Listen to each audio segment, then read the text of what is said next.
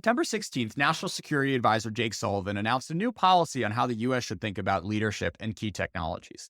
He said, on export controls, we have to revisit the long-standing premise of maintaining relative advantages over competitors in certain key technologies.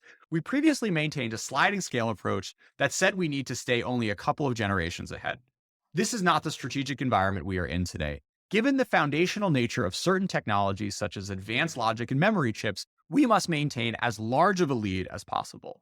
This past Friday, October 7th, Commerce's BIS announced a 100-plus page set of new regulations impacting export controls around semiconductors from a number of dimensions.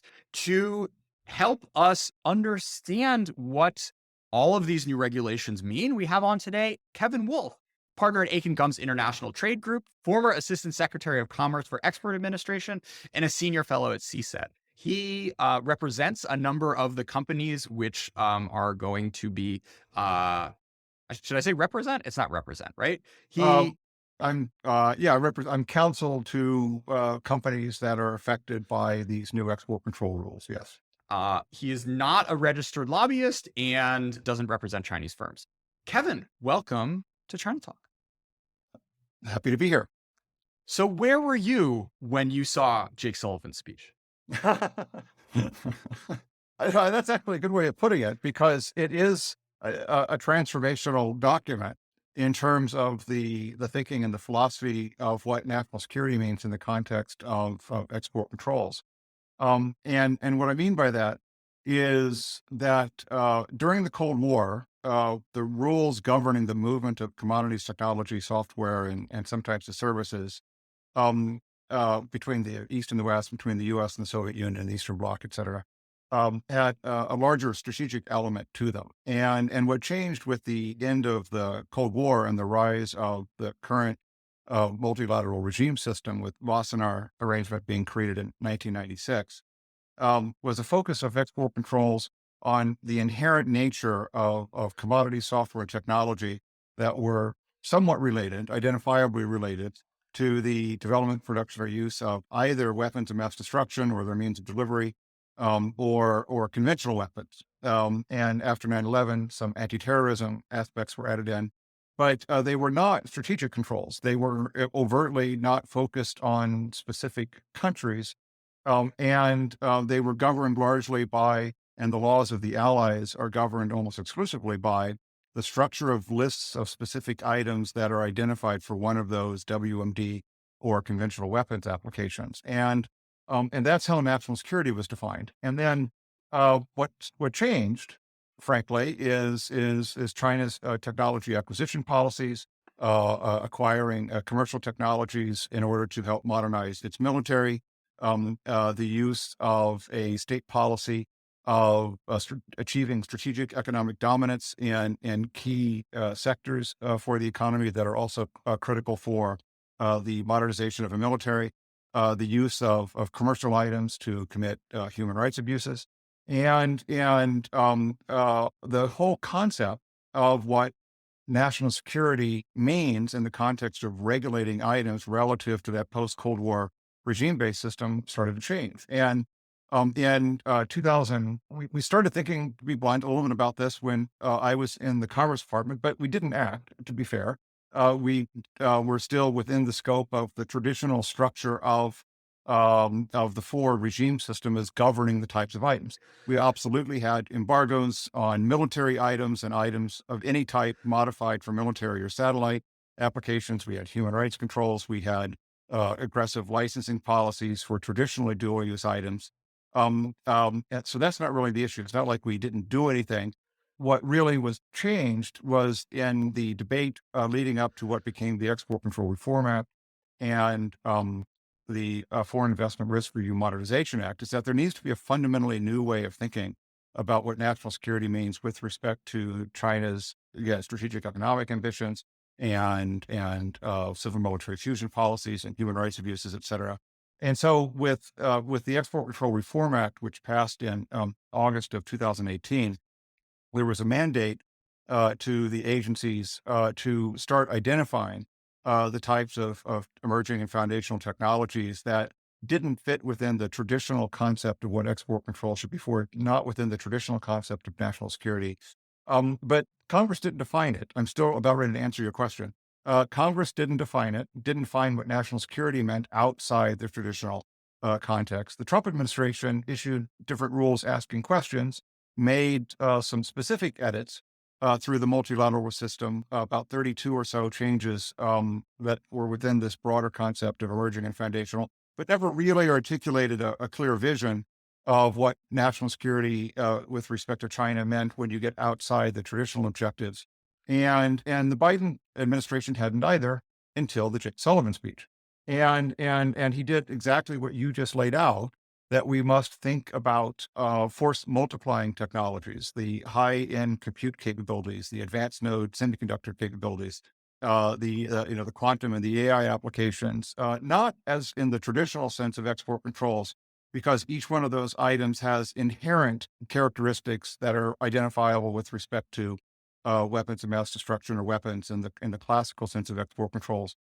But we need to think, as he said quite clearly several times, about controls on a strategic basis, because those are force multipliers for other items of great significance for purposes of a competitive economy and advancing and modernizing a military.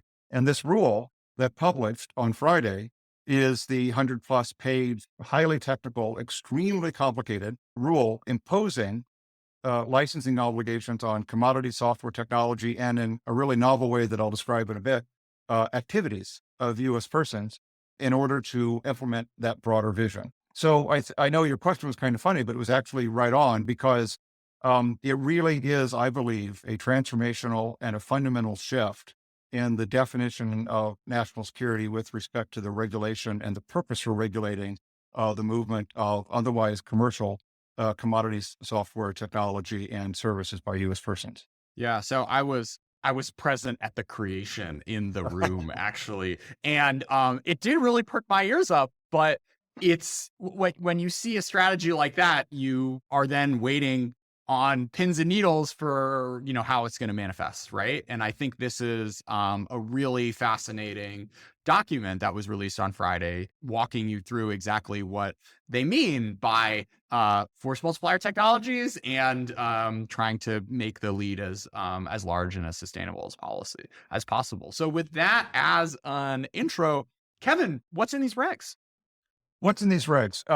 The full answer, honestly, would take hours to work through. It is extraordinarily detailed, but the short answer is any of the inputs, any of the tools, any of the technology or the software, whether U.S. or foreign made, and any services in support of basically all the things that in Jake Sullivan's speech are now subject to some form of regulation. And by regulation, I mean a license permission from the U.S. government is required.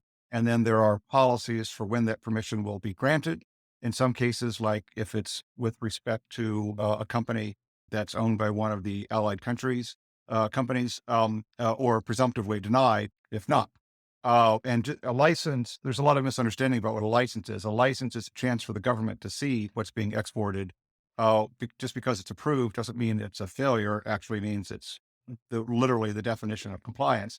And some things the government has decided it will grant, and some things it will not. So anyway, so it articulates at the beginning of the rule a much more focused and much more lengthy description of the general principles that were laid out in the Jake Sullivan speech. And so the policy objective is and the problem to be solved, and that's really what I was referring to in defining what national security means. How do you define the problem to be solved?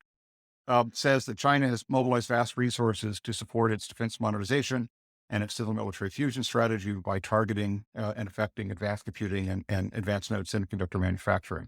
And so I'm just going to go through the main categories of things that are in the rule, each one of which has several hours and multiple detail behind it in terms of describing what doesn't get caught. Do you want me to Actually, just before we do that, let's talk about the sort of like strategic thesis behind this, which is that 14 nanometer and below is scary from a U.S. national security perspective. The document makes the argument that this is because you can, design missiles better and have awesome hypersonics that you couldn't if you weren't making these chips or importing these chips. Um, Thoughts? Whereas I'm sure another reading of this is, America just wants to be on the cutting technological edge for a sort of long-term economic edge. What is the goal as BIS is defining it, and do you think it is smart or justified? Yeah. Well, so between imposing controls on items that are critical to making advanced military items and weapons of mass destruction, et cetera, and a goal to have as a purely economic objective, there's nothing in this rule that indicates that the latter is the motivation. I mean, people may think it, people may infer it, but the overt articulation is that over time, you need advanced computing capabilities in order to modernize your military to make more advanced weapons, given the nature of their smaller, better, faster, more efficient. And what's slightly different than what the traditional type of controls has been is the relationship between the specific item and the policy concern. So the classical view of export controls up until now is that there was much more of an identifiable relationship between the weapon of mass destruction and the military item and the actual item going into it. Is it radiation hardened? Does it operate at a particular capability? Does it have a frequency that's used in military radar? And with a few exceptions, that's the primary way of thinking. This basically goes back several layers before in the food chain and said, in order to get to the point for all sorts of other applications to make modern military items, you need to have an ecosystem, an economy that has advanced computing capabilities, the advanced AI capabilities that are described, supercomputers, and then for those things to function, you need advanced node semiconductors, and for advanced node semiconductors to exist, you need certain types of production equipment and software. And for those things to be put together, you need services of U.S. persons behind it. So that's really the thinking. It's just moving the line several layers back in the food chain to identify the items that are advanced compute capabilities because of their, as Jake Sullivan said, enabling capabilities for other applications later. So I guess then that moving the line back then inevitably will catch commercial as well as, radiation hardened stuff. Oh, absolutely. Yeah, there's no doubt that the overwhelming number of applications for everything described in this rule are overwhelmingly commercial. I want to emphasize the controls that have been in place for a very long time already regulate and in fact completely embargo for China any type of item, whether it's sophisticated or simple, that's in any way modified, changed, altered, intended for, designed for a military application, a satellite application, a missile application. So the controls have been focused on items that have some modification for them for one of those applications.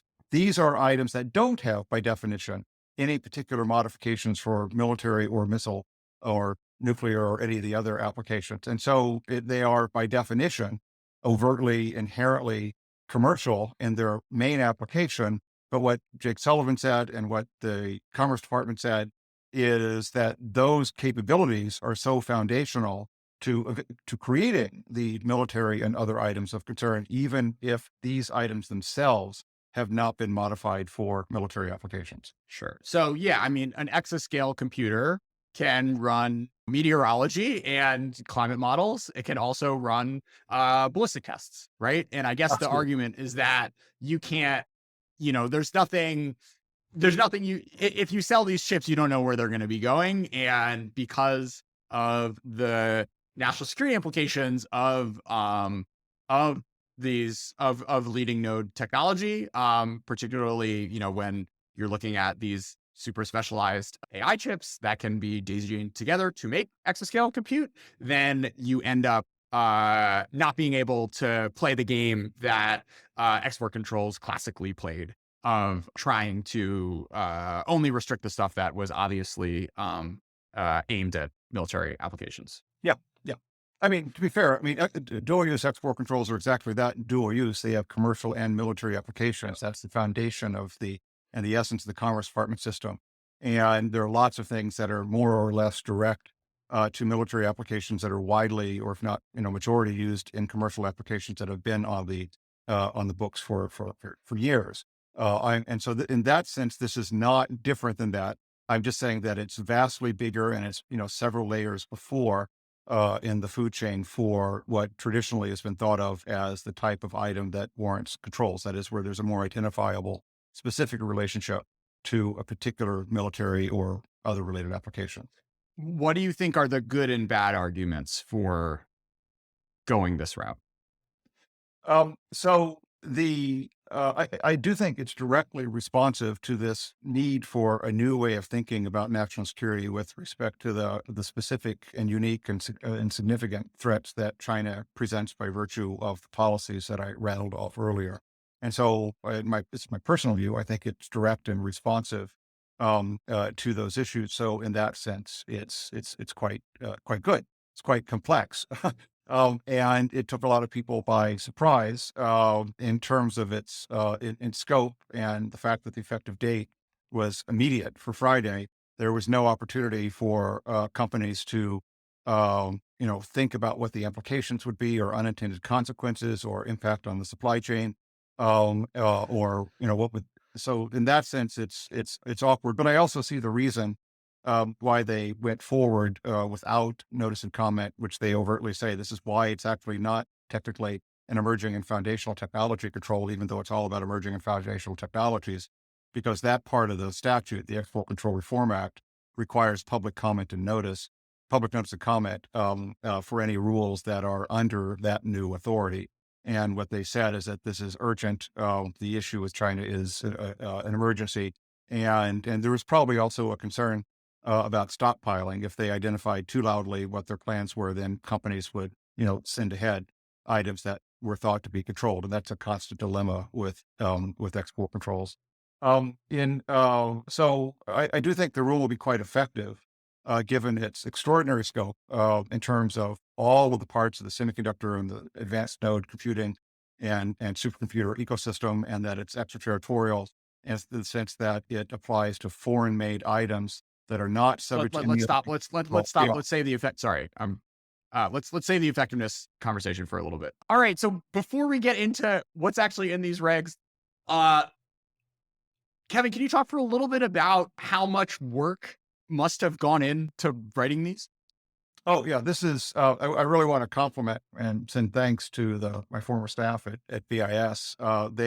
This is an extraordinary amount of work. It's really, although complex, it's really quite thoughtful in the way in which, from an export control regulatory perspective, addresses the instructions given to them by the National Security Advisor, and to put all this together was clearly very hard, and opportunity for mistakes whenever you have this many words and this many complicated structures.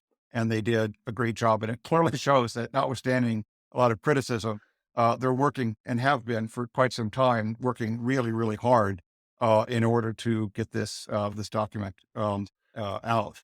And it's the other thing. It's also quite, although comprehensive, it's really tailored to address the very specific high performance computing and advanced node semiconductor concerns addressed. And it's not a broad decoupling agenda. If you're dealing with technology that's mature, that's not advanced, that's been around for a while, that doesn't meet some of these thresholds, and you understand what that scope is, then the rule has no effect. And this is clearly intended to not try to affect global supply chains of mature node semiconductors and other items that are used for widely available commercial items.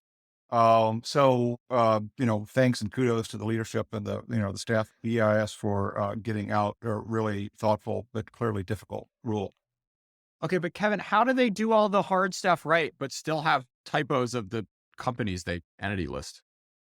uh, we're all human, and mistakes in any large document will always occur, and BIS and any other regulatory agency is always finding those. And to BIS's credit, they acknowledge up front that they're going to need to make changes, that there will be mistakes. They have a a session this Thursday for people to write in with comments and questions, and BIS will answer them. And then there will inevitably be, tweaks and typo fixes. And when you're moving on something this big and involved, remember, it's not just going through one person's brain. This also has to go around to get interagency clearance. Nothing publishes out of BIS unless at least the departments of commerce, defense, state, and energy have also reviewed and cleared and commented as well. And so the interagency drafting process can sometimes lead to inconsistent outcomes as part of the clearance process. Okay, so we're blaming Microsoft Word and track changes for. Well, no, anything that's good, I will credit the Commerce Department. Anything that's bad, I will blame the State Department. That was Gotcha. my usual Okay. rule when I was in government. So Fair enough. friendly. Job. All right, Kevin, what's in the regs? So I'll just go through at the top level, the main topic. So there's a creation of new, and these are all, by the way, unilateral controls, and we're going to talk about unilaterals and multilateralism later. So these are things that, notwithstanding the normal structure of export controls being done by allies together at the same time with the same lists, these are US only controls, and they're extraterritorial in large part in the sense that they apply outside the United States, even to wholly foreign made items, if they use US tools or technology to make the foreign items. So the first thing is the creation of new controls on things previously uncontrolled on high performance computing integrated circuits, graphic processing units primarily, and the computers and other electronic systems that contain them. Also, any of the software or technology necessary to develop or produce those specific, and there are technical parameters for the type. It's not all GPUs. It's only, the high end of the GPUs, but through technical parameters. That is, does it have an input output of 600 gigabytes per second and a particular POPs characteristic? And so it's, you have to go through and determine whether your chip is above or below that technical characteristic. Anyway, so that's the first type of control. And these are China only controls. This is the other thing that's novel about it, in that most controls apply to the whole world, or minus allies or minus Canada. And because it's been focused on the inherent nature of the item, these are unique in that there's a whole new reason for control, regional stability, China, that was created just to impose control. So this has on exports to China, and this has no impact on exports to France or Germany or any other country, so long as it's not ultimately destined to China. Anyway, so that's the first main control. The second clump of controls are items that are destined to China for supercomputer or semiconductor development or production and use in China. And specifically, what that gets to is, are you sending an item of any sort to a semiconductor fabrication facility in China that fabricates integrated circuits that meet one of three criteria: one for logic, one for DRAM, dynamic random access memory, and another for NAND, flash memory. So the thresholds, they said, if you are sending something to a facility that fabricates logic with that's either non-planar or has a smallest feature size, a technology node of 16 or 14 nanometers or smaller, that export for that use for the production or development of that kind of logic chip is now controlled. Another is if you are sending items to a semiconductor fabrication facility for use in producing a dynamic random access memory with a smallest feature size of 18 nanometer, that is now controlled as well. Or if you're exporting something for use in producing or developing NAND.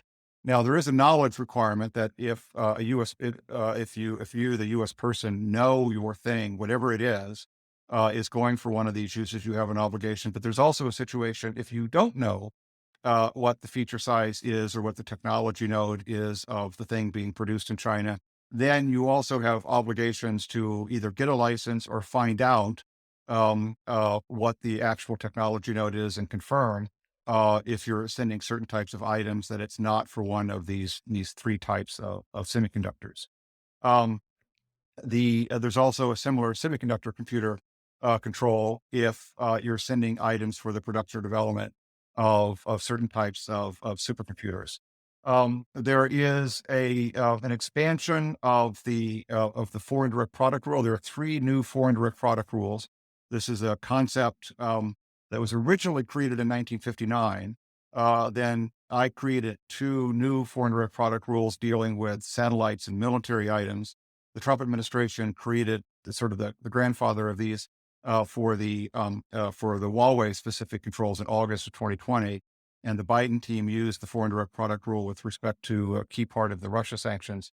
And this creates three new foreign direct product rules. One for foreign-made items that are used for the production of these types of supercomputers that have a technical threshold that I'll read off in a minute. For the advanced GPUs and other advanced compute capability, if you're using foreign-made items to produce them, then they're caught. And then there are a number of entities on the entity list, which have been on there already. There are no new entities added to the entity list, but I'll get to that in just a moment. But they are, but they have been determined to be involved in the supercomputing and high performance computing industry of concern, and therefore foreign-made items that are produced with U.S. technology and software are now subject to licensing requirements, or will be subject to licensing requirements if destined to one of those identified entities. And there was another rule. Oh, I'm sorry, I forgot. There was also on Gaggle, I think 11 specific types of tools, semiconductor production equipment, deposition equipment, I think generally, that historically had not been subject to export controls, but had been identified as being specific to producing advanced node semiconductors. And those specific items are now subject to export controls from the U.S. and providing support for semiconductor fabrication. I think I've already mentioned that. Also, there's a control now on exporting parts and components to China, or frankly, any item from the United States for use in developing in China or producing in China semiconductor production equipment of almost any sort that's identified on the regulations. And a separate rule that was published, and there's a temporary general license that was created with respect to the GPUs and other items that are subject to the new controls, allowing for another 6 months or so continued production and transfer so long as the end use is outside of China. So there was a lot of, either repair work or warehousing work for GPUs that were going into commercial applications out of China that were caught up by this new rule. And what Commerce did is it gave those companies time to figure out a different way of dealing with this, because their customers, their end uses were outside of China. And then I'll finish here. There was a rule published in the morning, a few hours before this one, expanding the unverified list, which is not the imposition of new controls. It's actually a rule that I added in order to put pressure on China and Russia in order to allow U.S. government officials to do on-site verification and inspections of Chinese or Russian facilities. And if they didn't, if the company couldn't be determined to be a bona fide company, then they were put on this list, and it requires a lot more certifications in order to export, and you can't use license exceptions to ship. What this rule did is it added quite a few well-known companies to the unverified list, which again doesn't impose any new licensing requirements. It imposes certification requirements before you can ship. But what it also said, and this is kind of novel, if the U.S. government's concerns regarding the company, such as site visits or on-site inspections, are not satisfied in 60 days, that is, if the Chinese government doesn't allow access to these companies, then they're going to be moved to the entity list, which does have licensing obligations, which does impose broad sweeping bans on the export of anything from the United States to those companies. So, that's the first time I've rattled all these off at one string. I could probably do it better on a second telling. But anyway, that's the essence. A tour de force, Kevin. Yeah. That's so many things to pick on. Let's start with the last thing first. So this 60-day unverified entity list thing, like, should we do another podcast 2 months from now? Is there a potential that the impact of this could actually be a lot bigger than what we currently saw of the more narrow, tailored, super high end stuff? If you have some of these big names that are on the unverified entity list end up graduating to Yeah. full entity list status? It's really up to the Chinese government. If they allow access, if they give the information that the Commerce Department is seeking, if they allow, there are two agents in China that have as part of their job to do inspections and site visits. If they allow those through, Two? and well, Holy they're two? well, two, yeah, I know. There's They're like 80, there's like 30 firms on there. yeah, I know, but no other country has any. And the Commerce Department has by far Commerce Department is the only export control organization on the planet with its own special agents, its own enforcement agents who are subject matter experts in export controls. No other country has that. And Former so China Talk guest Matt Brazil hung out yeah, in the 90s doing this exact thing. yeah. But there could, people can travel, and if they're allowed access, it doesn't have to be just the people coming from Brazil, from Beijing or Shanghai. We'll see, but yeah, I think it's a fascinating question. What's going to happen in the next couple of months with those entities, and whether there will be cooperation in allowing visibility and access and the provision of information. Because the Commerce Department has fairly clearly indicated it as a standard for being added to the any list. It's not cooperating with requests under the unverified list. That's in a rule. So there's no more speculation. The decision to do nationwide as opposed to company specific regulations on Yeah. these topics. Thoughts on that? Well, so export controls have three legs of a stool. You've got lists of items that are controlled for a whole of a country. You've got regulations on specific end users, just like the one we were talking about on the unverified list and the entity list, which is tailored regardless of the item, whether it's listed or not. And you have concerns about the end user. And then you have controls on end uses, even if the end user isn't identified and the specific item isn't identified.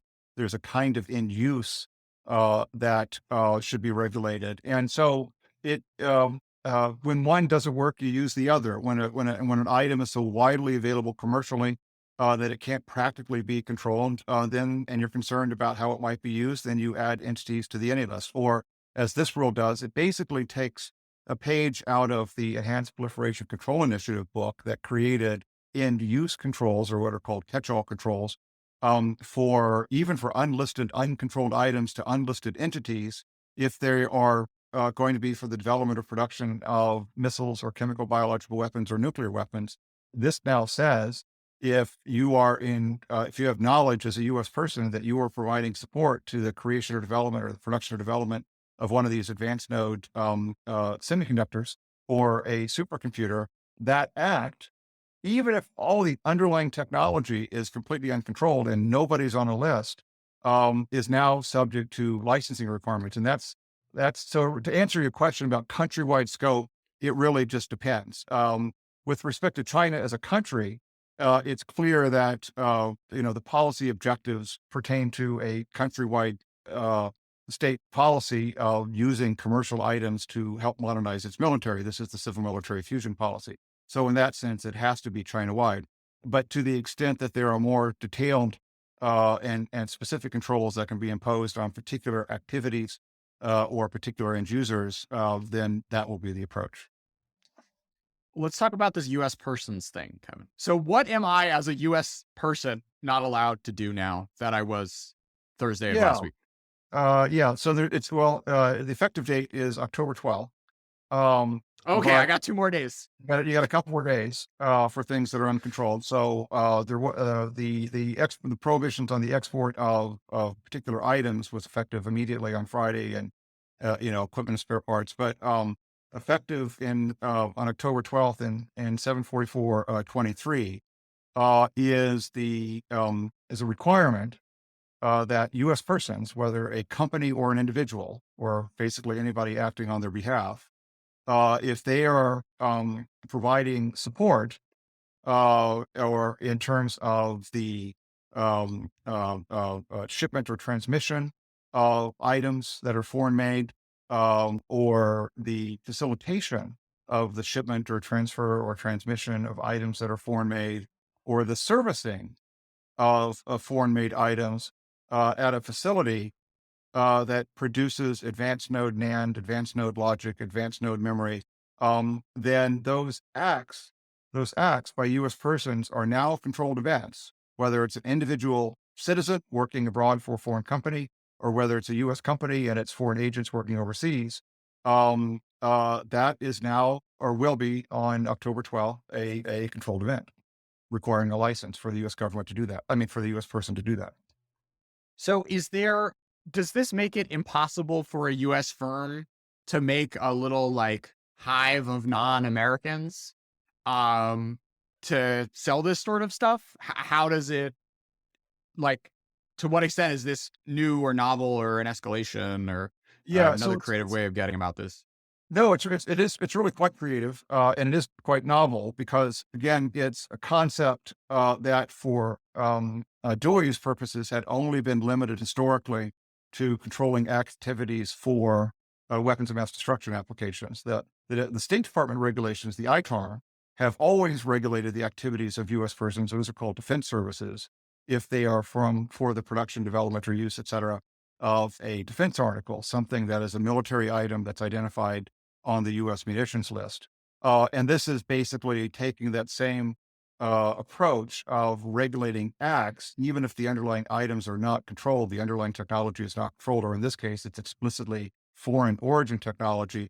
If a U.S. person is providing such support, that's a controlled event. So and the word facilitate that's used in the regulations comes from the OFAC regulations, the sanctions regulations that have as a prohibition involving Iran and other locations of facilitation of certain acts, making in any way easier. So to go to your question, if a U.S. company would somehow make arrangements to set up people from outside the U.S. Involving foreign technology to do this, then that would be prohibited, even though the people and the activities and the technology are wholly foreign. It's the act of the U.S. company or the U.S. individual citizen in facilitating the transmission of or the shipment of these items for one of these advanced node or supercomputer applications. That would be prohibited. Now, it doesn't prohibit. It has no impact on non-U.S. persons from companies that are outside the U.S. That don't make their stuff with U.S. technology and have foreign person employees. So there, for the competitors of the U.S. companies outside the U.S. that have been able to either design out U.S. technology or U.S. citizens or U.S. content, this has no effect on any of them. But if you're a U.S. company, it prohibits you from facilitating the transfer even of foreign-made items for one of these advanced node applications. Gotcha. So the theory, presumably, is that those firms with these technologies do not exist, and that this is not something that can be readily substituted, that Chinese firms can substitute out U.S. technology for. Well, I Kevin, don't know. broadly, how effective do you think Yeah. this, sorry, no? Well, I don't know. I mean, that remains to be seen. Yeah. Yeah. So on how effective, I think it's, in the short and medium term, it's really quite effective because U.S. tools, U.S. software, U.S. equipment is quite commonly and widely used throughout the world in producing the types of semiconductors and tools and other items that are used here, if not directly, then certainly indirectly, which this rule captures. But the solution for, you'll say you're a non-U.S. company that didn't want to have U.S. law apply, then depending upon your product, and it's going to be harder for some items, it'll take many years. For other items, it can be done overnight. Then you just don't use U.S. tools, U.S. software, U.S. people, U.S. equipment, and you can make outside the United States an item that's not subject to any of these controls. And whether that can be done overnight or whether that will take 4, 5, 10 years, you have to go through the technology ecosystem. Some things are very hard to design out and other things can be swapped out immediately. And there are foreign competitors for most of the companies that are affected, that unless there are multilateral controls or plurilateral controls that their governments agree to, will be able to engage in all of exactly the same acts described in this rule without the need for any authorization from the U.S. government or their host country government. So I guess the theory of the case is that, tooling is an incredibly tight market And by doing this sort of work, you'll be cutting yourself off from the rest of the global technological ecosystem. And the trade-off is just not worth it if you're not going to be able to sell. The sort of investment that it will take, for a firm in Japan or the Netherlands to be able to capture this Chinese market share would just not be worth the squeeze. Well, sort of. Again, I'm not the expert at the Japanese or the Dutch companies, but I have a general sense that in large part, many of the types of tools that they're able to make, they can do so without using any U.S. software technology or equipment to make their tool, and thus it's not subject to these rules. And I think that's recognized a little bit by the rule as well, in that it says that the government is going to work to try to make these controls multilateral. And obviously Japan and the Netherlands are sort of number 1 and 2 on the list with respect to competing companies that make production equipment. And that if the rule says several times that if the U.S. government is Yeah, successful, I love that line. It's like, hey, like if we do a multilateral thing, like don't worry, we'll slot it in here. yeah, Um, exactly, we'll not make it unilateral. And right now in Vienna, there's an experts group taking place where the U.S. and the other allies in the Wassenaar arrangement are discussing, no doubt, a lot of these same controls and many others about whether they should be agreed to and accepted. Now, it requires all 43 countries to agree.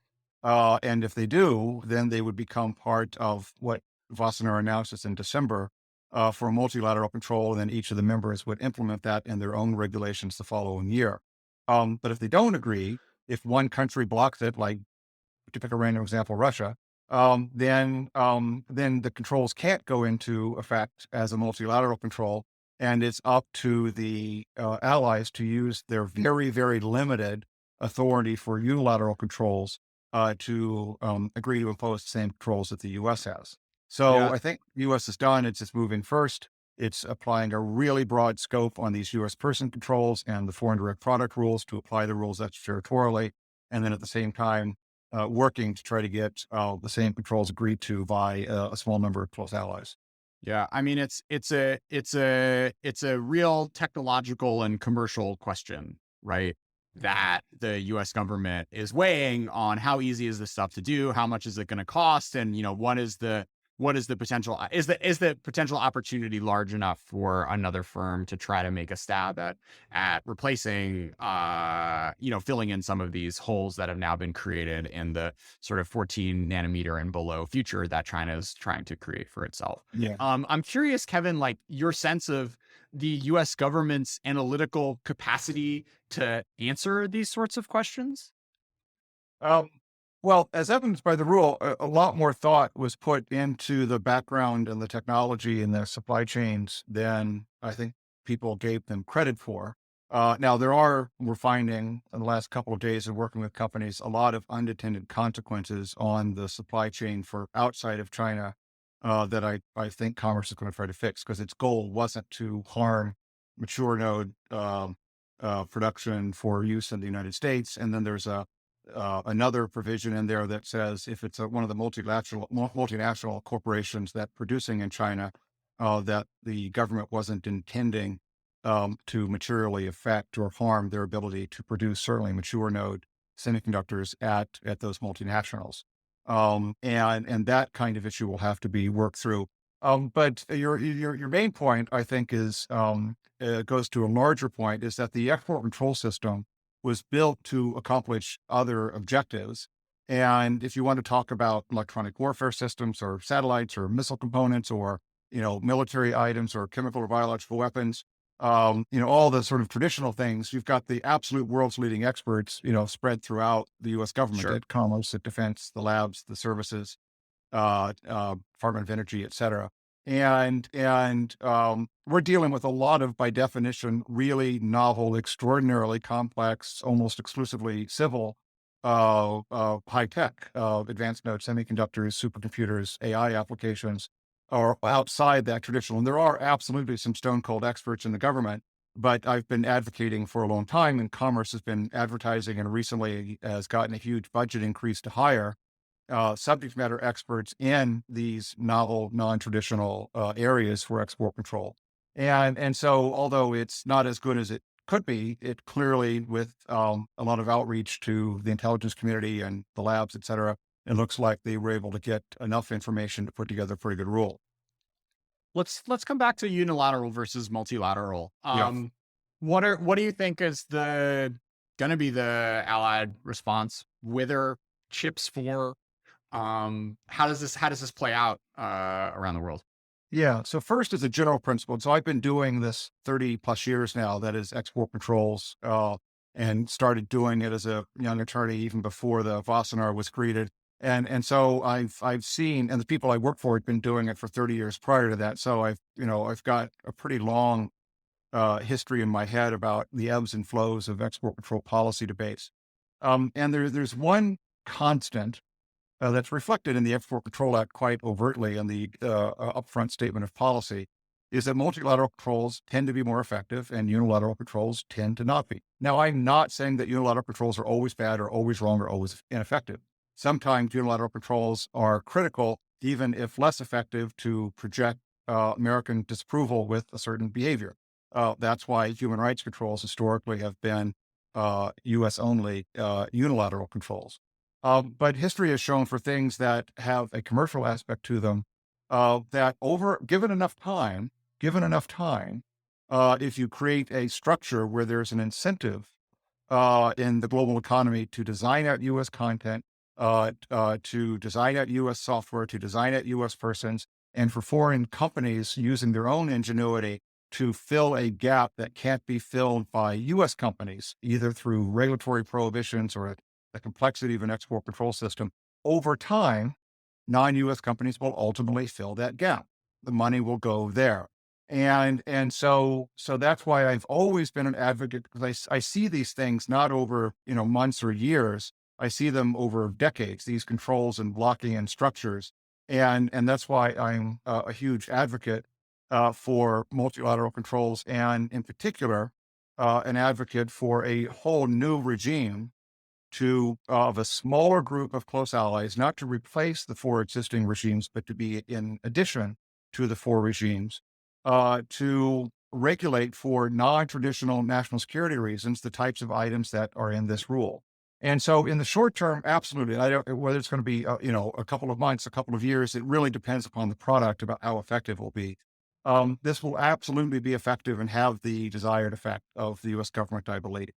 But over a much longer period of time, eventually, non-US companies, if they're not subject to the same controls in the producer nations, will fill the gap. And so, to go to your question about whether the allies will come on board with plurilateral controls in the short term, and plurilateral just means a smaller group of countries exercising their unilateral authorities together outside the regime process in order to regulate their companies in roughly the same way. I think it's really going to be a function of how persuasively and how much evidence the U.S. government presents at very senior levels to the allied governments about the non-classical threat that is China with respect to the need to regulate inherently commercial items. And because they're obviously under a lot of pressure from their companies not to impose controls on commercial items. And other countries, frankly, are more exposed than the U.S. is with respect to their dependency on sales to China for their economic livelihood. So, but I do think that, and I laid out an article that I published earlier in the year on this, if there's an appeal to core common principles of techno-democracies, freedom of speech and the advancement of democracy and protection of human rights, and not allowing enabling technologies that could be developed contrary to those objectives. If they appeal to common themes and common virtues of the techno democracies, I'm confident that the U.S. government can be successful. And if they provide the evidence like they did at the beginning of the preamble about how all of these things are not themselves directly used in military items, because again, those would already be controlled and prohibited and embargoed, but are force multipliers to the development of the things that can be quite sensitive. I do believe that a small group of allies eventually will come on board, notwithstanding what is no doubt intense lobbying by their companies and in their countries. That's a very long answer to your question. Yeah. I hope that's right. So I'm curious, Kevin, though, when you think about the sort of case studies for export controls, we started this conversation out talking about how the universe of applications was much more narrow, and the size of a satellite industry versus potentially doing all of this R&D to cut yourself off from a global semiconductor supply chain is a very different trade-off potentially. So I'm curious if the sort of unilateral versus multilateral trade-off is different when you're playing in this global on these global emerging technologies, which already are trillion-dollar industries, as opposed to the more niche sort of missile design or engine turbines or Yeah. satellites or what have you. So it is absolutely true. And I've seen it my whole career. In one of the virtues of working both with industry and government, I get to see the government's concerns. And on the industry side, I get to see the industry concerns. That in these high tech industries that have very high percentages of their income devoted to R&D, sometimes, 20, 30, 40%, depending upon the company. Whereas in the military space, it's, 1, 2, and 3%. Where that you can only get that massive amount of income for R&D in very quickly evolving high-tech spaces if you have lots and lots of international sales. There just frankly isn't, enough in the United States to be able to fund. And those international sales are then critical to fund the R&D to out innovate your foreign competition. And I think Yeah. the CHIPS Act goes a long way toward advancing the ability of companies to work on that, but that's not nearly as much as there is in international sales in many of these industries, and the biggest percentage of which, or the not biggest, but sometimes a significant percentage of which comes from sales to the very large market that is China historically. And those sales have, largely funded the R&D necessary for each of these high tech companies to out innovate their foreign competition and be world leaders. But what the government has decided in this case is not to try to affect, if once this is understood and applied correctly, is not to try to affect that which is for the trailing edge. And this rule is, although comprehensive and big, is really, really focused at the high end chip, whether it's, now different people could say whether it's high or mature, but I mean, the intent is for advanced node semiconductors of different types and supercomputers and advanced AI applications, or the things for AI applications, is what's caught. And they deliberately are going out of the way not to affect design, develop, production, or use of things that are at the trailing edge or mature node semiconductors, where frankly, that's where a lot of money still is for all the consumer applications like cell Yeah. phones and toasters and other things like that. So I think the government is really trying to draw a very difficult line, but nonetheless draw a line so as not to have an impact on the global supply chain for mature node semiconductors, for which a lot of money is generated to invest in R&D. But given the broader national security objectives that Jake Sullivan articulated quite clearly, to draw a line at these advanced node capabilities and just cut those off and all the inputs for them. So I don't know if you call that a trade-off or, making a decision down the middle, however you want to refer to it. I think that's what the objective is. Um, Talking about um effectiveness, it seems pretty impossible for a US firm to sell SME into China nowadays. But I mean, chips are chips, right? Is like the Golden Triangle now going to be this like underground highway to smuggle in tens of thousands of NVIDIA GPUs? Like, is this is this is controlling the import of commercially available chips that are sold in the hundreds of thousands even something that is possible? What you're getting to is not the policy, but the enforcement side of it. And Yeah. no doubt, um, trying to enforce violations involving foreign made commercial items that are made outside the United States that aren't subject to any other country's laws, that are going into exclusively commercial items that are extraordinarily hard to identify, that are subcomponents of subcomponents of subcomponents going into other things, is really, really, really difficult. The traditional model of regulating, military aircraft parts leaving the United States and you can check everything at the border obviously in comparison is far easier to enforce. So I am not denying the difficulty, but just because something is hard to enforce doesn't mean you don't do it. People speed that, it doesn't mean that, you don't have speed limits. So where the solution is in cooperation with allies, because just like the sanctions against Russia and the comprehensive export controls against Russia after the invasion of Ukraine demonstrated, when allies work together and share resources on enforcement and tips and leads and intel, enforcement of these controls can be far, far more effective because it's not just the U.S. acting alone, but the U.S. and its allies to accomplish a common goal. So goal number one for the enforcement side is get other allies on board as quickly as possible. Goal number two, which I think the Commerce Department is already going down, is have pretty aggressive, overt leadership about the seriousness of export controls and getting the word out that if you violate these rules, we will punish you quite severely. Rule number three is you keep funding and you keep training a large cadre of enforcement agents in order to do investigations, which include, as a result of ECRA, Overseas Investigation Authority, to track down violations. Four, frankly, on the front line are what companies and their compliance programs, and this is what I do for a living, what compliance attorneys do in helping companies set up systems in order to be able to identify and spot potential violations and make it so that shipments don't occur or transfers don't occur that require a license without permission.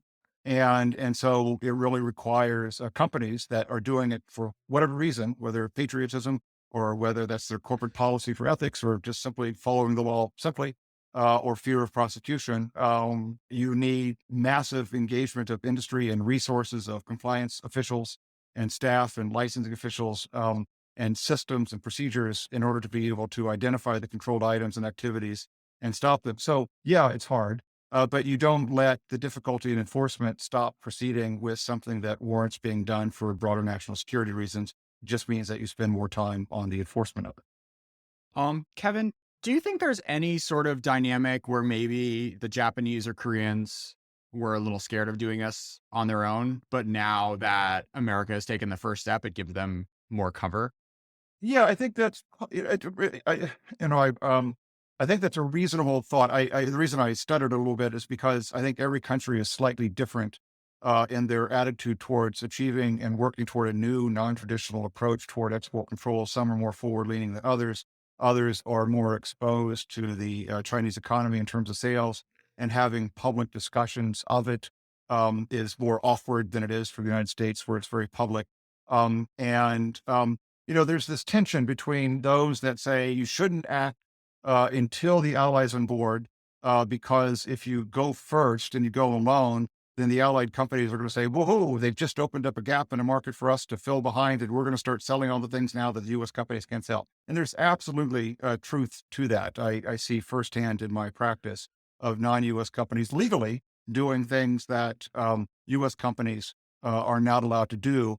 But I do see from a broader diplomatic perspective the need to signal and show how serious the U.S. government is, which this rule is going to do in spades, in order to get a really serious discussion going with the allies about the need for them to change their rules to achieve common national security objectives.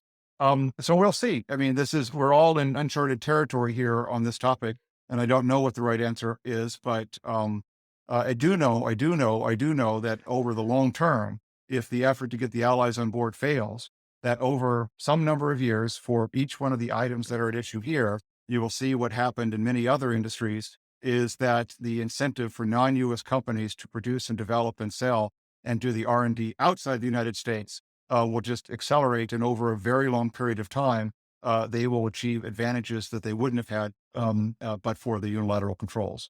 So, But I guess the bet then is that America will be running faster, and right. you'll have a gap that will be expanding, not contracting over the long run. Absolutely fair point. And so the other big difference with what's happened in the last couple of years that was the case not that long ago when I was in the system is that there's the keep away strategy, which is the export control strategy, and then there's the run faster strategy. And the run faster strategy, which is the industrial policy, or the CHIPS Act, or the Yeah. subsidization of STEM education, or the subsidization of production domestically to counter, Chinese production. And the Jake Sullivan speech laid out really quite clearly that we can't just do a keep away strategy. It absolutely requires the run faster strategy as well. And for this broader national security plan of Jake Sullivan to succeed, you absolutely need both. And in my day, the concept of industrial policy was really a non-starter, really in big chunks of both parties.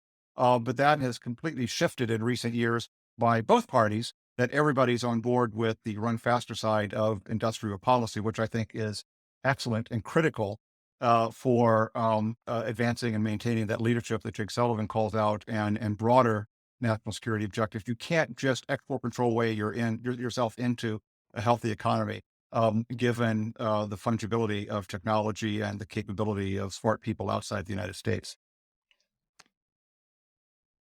Kevin, let's talk about narratives for a second. Yeah. We just talked for an hour about how this is actually kind of narrow.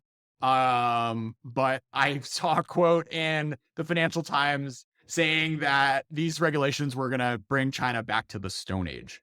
What does this action, kind of coming bundled up in a giant 100+ page bow a week before the party Congress, mean from a Beijing response perspective, and maybe, what this for the future of, U.S.-China tech relations more generally?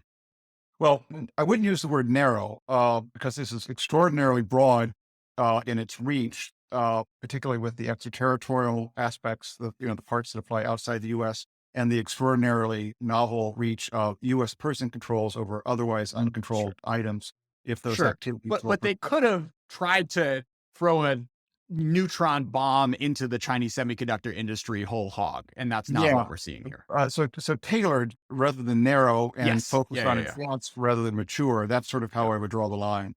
And there's going to be, a lot of disruption for several months as people try to figure out what's permitted and what's not. I mean, that's actually sort of what I do for a living, is sort out what is permitted under this rule and what is prohibited, and what the implications are and what the unintended consequences are.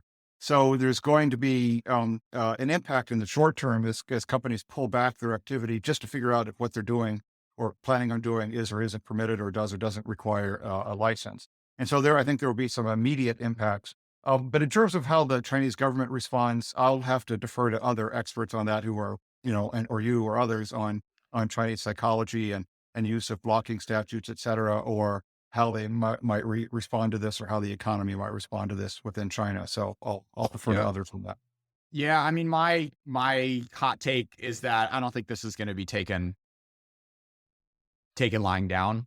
Um, there have just been so many different small cuts from a microelectronics perspective over the past 5 years. And I found it really remarkable that the Chinese government, the biggest, response I guess you've gotten was, after the Huawei CFO was arrested, you had the two Canadians who were deprived their liberty for a number of years. But really nothing directly impacting American business has fallen, as a one-to-one thing out of, in a sort of dramatic over public way, out of the controls that the U.S. has put on the Chinese semiconductor industry ever since, the FDPR with Huawei. So it's unclear. I think it's kind of an impossible question to know exactly where it's going to fall. And I've talked on past episodes about how a lot of the actions that the Chinese government could take to cause pain for U.S. firms in semiconductors and electronics more broadly tend to be pretty harming in the medium term, where a lot of the assembly or production or rare minerals or whatever would end up just going to other countries in the world over a 1 to 2 year time horizon. But this doesn't necessarily mean that other American firms are safe. And I would put my bet on an asymmetric reaction, and firms that, in terms of ruining some other some other company's day that maybe isn't necessarily a semiconductor manufacturing equipment company or what have you. But Yeah. we'll have to see. Um, Human rights, Kevin. This was kind of missing here, wasn't it? Well, yes and no. So there is a reference at the beginning that part of the motive for these controls is that the advanced node items can be used for human rights violations. And maybe I suspect it's going to be in other rules later. But the types of items that are specific to human rights abuses, I think, and I was expecting or assuming that at some point that there would be new controls there. And remember, all these are going to be by definition unilateral, since there is no multilateral export control arrangement that has human rights as part of its mandate. And one of the things that I've called for in this new regime is that using controls over what are inherently commercial items that are for human rights abuses be regulated not just by the U.S. but by close allies with similar values.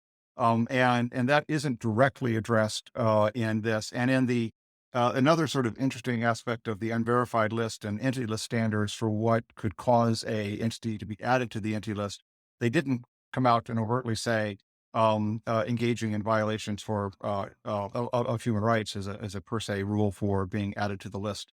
Now they can still do that. There's the legal authority to do it, but I thought it might be called out more. That could be coming later in other rules. It just wasn't highlighted in either of the two rules that published Friday.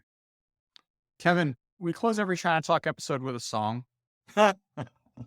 Export control song, supercomputer song. Anything coming to mind? No, I have no songs. And for those who know me, and there are 6 export control jokes. And if we had a few more hours, I'd work in each of the 6. There are only 6, but I'm unaware of any actual musical arrangements associated with export controls. Kevin Wolf, thanks so much for being a part of China Talk. Okay, cheers. Te lo advertí que si fallaba yo te iba a hacer llorar. Tu corazón es de piedra y tus lágrimas de cristal. Pasamos de decirte extraño a ser dos extraños. Se derrumba en minutos lo que construí en 2 años. Y a veces estaba bien, pero me hacía daño. Tú no eres real, baby, tú eres un engaño. Hoy borro tu memoria, tu contacto y todos tus videos. Llego al final de tu historia, no te arrepientas porque ya no te creo. Y hoy borro tu memoria, tu contacto y todos tus videos. Llego al final de tu historia, no te arrepientas porque ya no te creo. Baby, tú eres feca, igual que ese culo. Tienes las tetas real, pero el corazón facturó. Esa vida de mentira, yo era lo único puro. Quédate con la guagua, con la gana y con el pudor. A ti yo te di, pero también le di delete a la foto en París. Y que me cague en la madre, que me vuelva a parir. Por eso bloqueé tu perfil. Yo no quería volver, solo escucharte gemir. Baby, sin mí tú no luces, aunque prenda la luz. La culpa la tienes tú, por más que me acuse. Tantas excusas que puedes llenar de autobuses. Vas a ver el diablo cuando conmigo te cruces. Tu memoria, tu contacto y todos tus videos. Llego al final de esta historia, no te arrepientas porque ya no te creo. Hoy borro tu memoria, tu contacto y todos tus videos. Llego al final de esta historia, no te arrepientas porque ya no te creo. Y a ti yo te leo aunque tú seas PC. Cuando no tenía ni carro te buscaba en bici. Pero tú me fallaste y la pusiste easy. Quédate con toda la Louis Vuitton y con la GC. Si quieres busca otro cabrón que te lleve de compra. No te voy a dar mi corazón pa' que otra vez lo rompa. Lo menos que tú quieres tenerme en tu contra. Tú no sirves y lo que no sirve se bota. Ahora te toca llorar y llorar. Cuando me veas con otra es que te vas a acordar. Me puedes ver no tocar, sin tocar. Contigo fue que aprendí a nunca perdonar. Y hoy borro tu memoria, tu contacto y todos tus videos. Llegó el final de esta historia, no te arrepientas porque ya no te creo. Así que hoy borro tu memoria.